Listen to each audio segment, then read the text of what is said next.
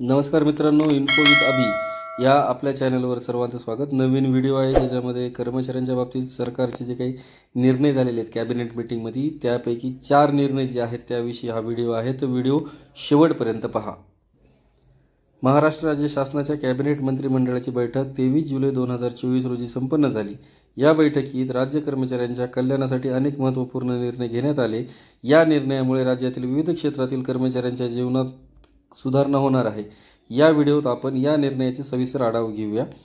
पहिलं बघा, कंत्राटी कर्मचाऱ्यांसाठी अभ्यास समिती गठन।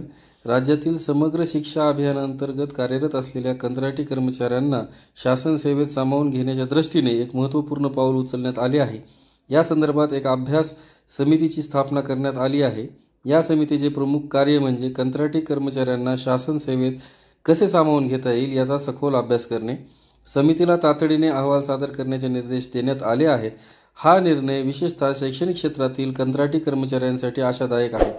त्यांना नोकरीची सुरक्षितता आणि शासकीय लाभ मिळण्याची शक्यता निर्माण झाली आहे। याचा परिणाम शैक्षणिक गुणवत्तेवर सकारात्मक होईल अशी अपेक्षा आहे। 2 मध्ये बघा, आशा स्वयंसेविका, गटप्रवर्तक आणि अंगणवाडी सेविकांसाठी विमा संरक्षण। राज्यातील आरोग्य आणि बालविकास क्षेत्रात कार्यरत असलेल्या महत्त्वपूर्ण कर्मचाऱ्यांसाठी एक अत्यंत महत्त्वाचा निर्णय घेण्यात आला आहे।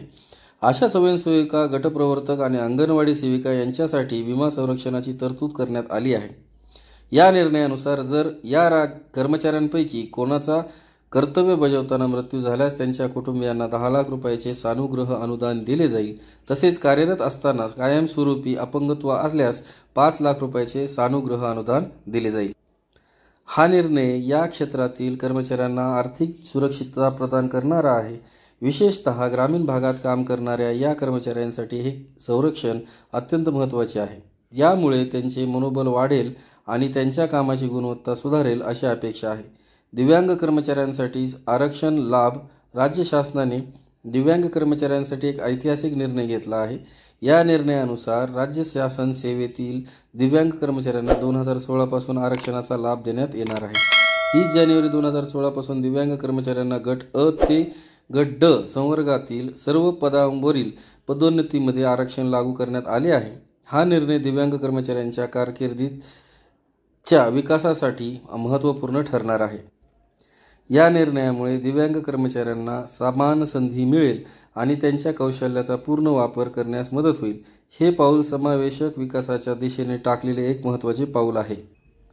निर्णयाचे महत्त्व आणि अपेक्षित परिणाम। वरील 3ही निर्णय राज्य शासनाच्या कर्मचारी कल्याणाप्रती असलेल्या वचनबद्धतेचे प्रतीक आहेत।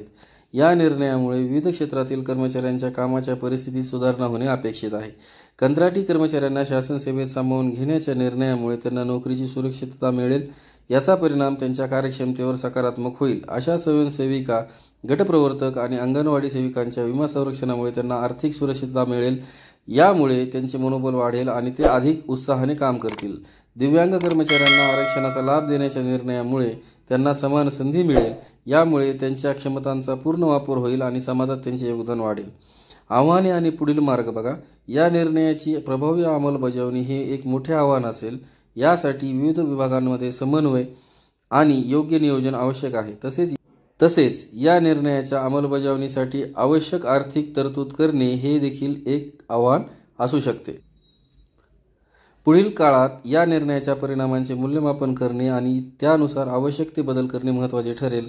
तसेच इतर क्षेत्रातील कर्मचाऱ्यांसाठीही अशा प्रकारच्या कल्याणकारी योजना आखणे गरजेचे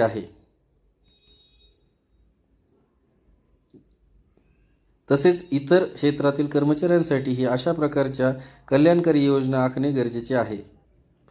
महाराष्ट्र राज्य शासनाने घेतलेले हे निर्णय राज्यातील कर्मचाऱ्यांच्या कल्याणासाठी एक महत्त्वपूर्ण पाऊल आहे। या निर्णयामुळे विविध क्षेत्रातील कर्मचाऱ्यांच्या जीवनमानात सुधारणा होण्याची अपेक्षा आहे।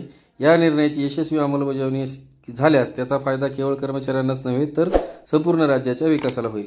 आशा करतो की आपल्याला लक्षात आला असेल की जे बैठकीत निर्णय झालेले आहेत 4 त्या निर्णयामध्ये आपला कर्मचाऱ्यांचा काय काय फायदा आहे। आशा करतो व्हिडिओ आवडला असेल। चॅनलवरती नवीन असाल तर चॅनलला सबस्क्राईब करा, लाईक करा, शेअर करा, कमेंट करा आणि बेल आयकॉन दाबा जेणेकरून माझ्या चॅनलचे नवीन व्हिडिओ आपल्यापर्यंत पोहोचत राहतील। असेच व्हिडिओ घेऊन भविष्यात भेटू, तोपर्यंत मला रजा द्या। जय हिंद, जय महाराष्ट्र, धन्यवाद।